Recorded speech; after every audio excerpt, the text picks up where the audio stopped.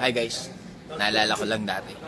Kinakain ko lang lagi 7-Eleven, rice topping, yung pinakamura pa.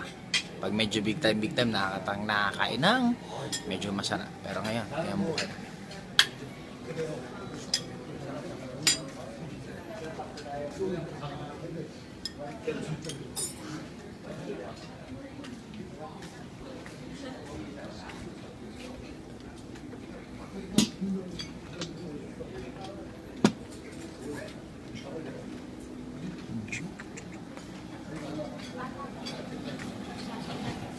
Diyan mo, tayong pagkain, no? And ang pinakamaganda dito sa nangyayari sa atin, syempre, kasama ko may anak na medyo.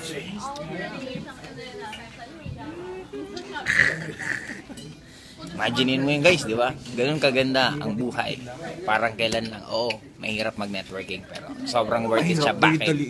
Makasama mo si Sir Francis at Matre. Drama ka lang. Yes. So, Kami nga, 31K. Ang galing mo, drama mo. Ang ganda dito kasi dito, totoo. Reality to. Mahirap yung maman, pero pag ginawa mo, magbe-benefit ka naman. Sigurado. Sabi nga nila, hindi mo appreciate ang happiness kung walang sadness. Hindi magiging masarap ang success kung walang mahirap. Kaya enjoy life. Bye-bye.